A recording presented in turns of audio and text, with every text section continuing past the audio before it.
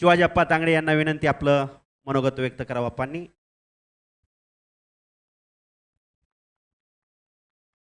पहिले सर्व पैलवानांना हे कार्यक्रम आयोजित केला आहे त्या कार्यक्रम केल्याबद्दल सर्वांचं अभिनंदन करतो आणि कार्यक्रम चालला याच्यासाठी वाढवण्यासाठी कार्यक्रम ठेवा. कार्यक्रम झाला नंतर निघून गेला त्याची वार्ता पुढं वाढत नाही त्याची काळजी घ्या.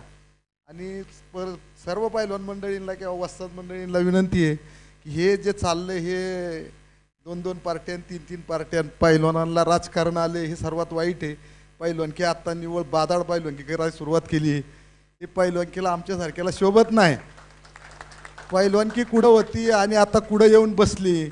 नावासाठी फक्त पैलवानकी चालली, पैलवानकीसाठी चाललेली नाही, फक्त पैलवानकी नावासाठी चालली. त्याच्यासाठी एक थोडंसं बोलूशी वाटतं आणि हे असे जमले ना की मग पुढं अंगातलं रक्त गरम होतं. त्याच्यापेक्षा आम्ही कुठं कार्यक्रमाला जात नाही. आणि जाऊन शेवटी कसं आलं ह्या पैलवानकीला चांगली दिवस आलेले आहेत असं कोणी पाहत नव्हतं, पैसे देत नव्हते. आता पैसे मिळतात, आयुष्याचं कल्याण होण्याचे दिवस आहेत, पण आता कोणी त्याचा पाहतच नाही. आता जे चाललं आहे हे सर्वात वाईट चाललं आहे. 2-2 जर महाराष्ट्र केसरी होत असेल तर त्या महाराष्ट्र केसरीला किंमत नाही. भरवणाराची किंमत 0 होती.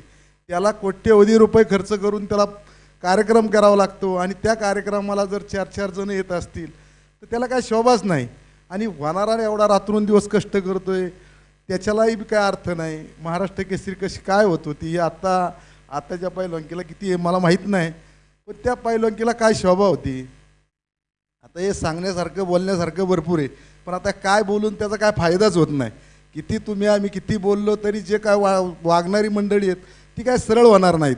आणि आता पैसा जास्त झाला आहे, पैशावाल्यालाच फक्त किंमत आहे, गरिबाला खेळाला काही किंमत 0 राहिलेली आहे.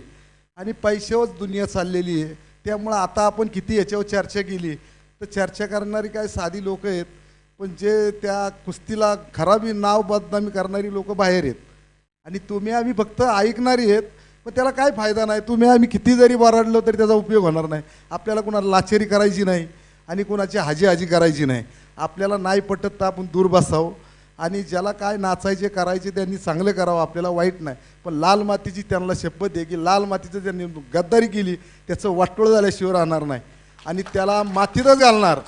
हे माझ्यासारख्याला तर मी नक्कीच सांगेल की लाल माती जेवढं वर नेती तेवढी मातीसुद्धा घालते. आज नाही त्याच्या नातवाला मातीत घालीन, आज नाही त्याला काय वाटत नसेल एखाद्याला किंवा मी काय करतोय काय मला होत नाही त्यांनी इसरू नये. त्याच्या पिढीला तो काळिंबा आहे. लाल माती सर्वात वाईट आहे.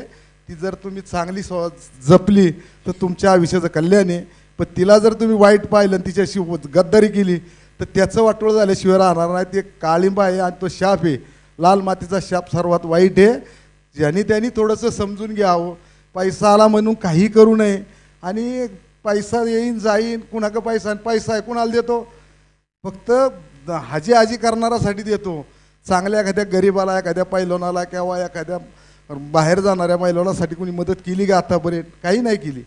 फक्त आता आम्ही फक्त नाचतोय थोडं नाव लोक घेतात म्हणून मजा वाटते, पण त्याचा परिणाम वेगळा होणार आहे. आज नाही उद्या याला न्याय देव परमेश्वर देणारच आहे. फक्त आजचं उद्या होईल, पण करणाऱ्यांनी केव्हा चुकीचं वागू नये एवढीच आपल्याला अपेक्षा आहे. आणि आता काय जास्त बोलत नाही, बोलून तरी किती बोललं तरी कमीच होणार आहे. बोलण्यासारखं भरपूर आहे, पण काय त्याचा बोलण्याला अर्थच नाही ना. आता आपण एवढी बडबड करणारं निघून जाणार आणि जे चाललंय ते काय थांबणार नाही. थांबण्यासाठी जर सर्वांनी महाराष्ट्रातल्या पैलवानांनी जर काळजी घेतली तरच थांबू शकतं. पैलवान हा सर्वात मोठा आहे. हे पुढारी लाथा घालून बाहेर काढणारी आपली पैलवानकी जिद्द आहे. पण आता काय झालं, पैलवानच त्याच्या जाऊन पाया पडत राहिला पुढाऱ्याच्या, आणि पुढाऱ्यांनी त्याचा गैरफायदा घेऊन पैलवानकीला संपून टाकली. आता त्याच्यासाठी आमच्यासारखी गरिबांना काही फायदा नाही. जे चोऱ्या माऱ्या करतात, जिथं नको तिथं हात घालतात आणि त्याच्यामुळं ते जीवन पुढं चाललेलं आहे. पण पैलवानाला काय किंमत आहे? सगळे पैलवान आता त्यावेळेस आता संजय पाटील मरून गेला बिचारा, तो आज जर असता ना जिवंत तर एकाला असं लाथा घालून बाहेर काढली असती. पण आज कसं आहे, असं एखादा माणूस जन्माला आलेला होता तर निघून गेला आहे. आणि आम्ही राहिले साधी लोक आहे, त्याच्यात काही नाही. आम्ही फक्त कार्यक्रमाला जाणं एवढंच राहिले. नाही तर पैलवानकी मोठी करणारा कुणी शिल्लक नाही राहिला. आणि आपली महाराष्ट्राची पैलवानकी मोरत जाऊ शकत नाही. कारण का आतापर्यंत महाराष्ट्राला पैलवान आपल्या पुणे जिल्ह्याचा किंवा महाराष्ट्राचा जात होता. आता तुम्हाला इथून पुढे दिसणार सुद्धा नाहीत, एवढी परिस्थिती वाईट आहे. आणि महाराष्ट्र केसरी झाले त्याला किंमत तरी काय आहे का? कोण विचारतोय? त्याच्या घरी जाऊन फोटो काढत होते महाराष्ट्र केसरी झालेल्या पैलवानाचं आणि त्याची किंमत बाजारात नाचत होती. आता कोण विचारतोय इथं महाराष्ट्र केसरी आला काय आणि गेला काय? ही परिस्थिती सर्वात वाईट आहे. सर्वांनी जर असा जरी विचार केला तर महाराष्ट्रातली कुस्ती सुधारवायला तुम्ही आम्हीच कारणीभूत आहे आणि वाटोळं करायला तुम्ही आम्हीच आहेत. ह्याच्यात दुसरं कुणी येणार नाही. फक्त तुम्ही आम्ही जिद्द केली पाहिजे. जिद्द करा. हे सगळे काय चाललेत ना खेळ, सगळे छोटे छोटे छोटे, हे सगळे संपायला वेळ लागणार नाही. पण सर्वजण एकत्र आली पाहिजेत, महाराष्ट्रातले पैलवान. आणि हे महाराष्ट्र केसरी झाले हे सुद्धा एकत्र आले तरी सुद्धा सुधारणा होऊ शकते. पैलवानाचं कुस्त्या पैलवानाचे जीवा भरवत आहे.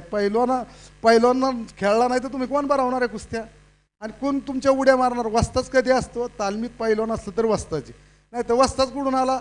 पैलवानच नाही तालमीत तर वस्ताच कुठून?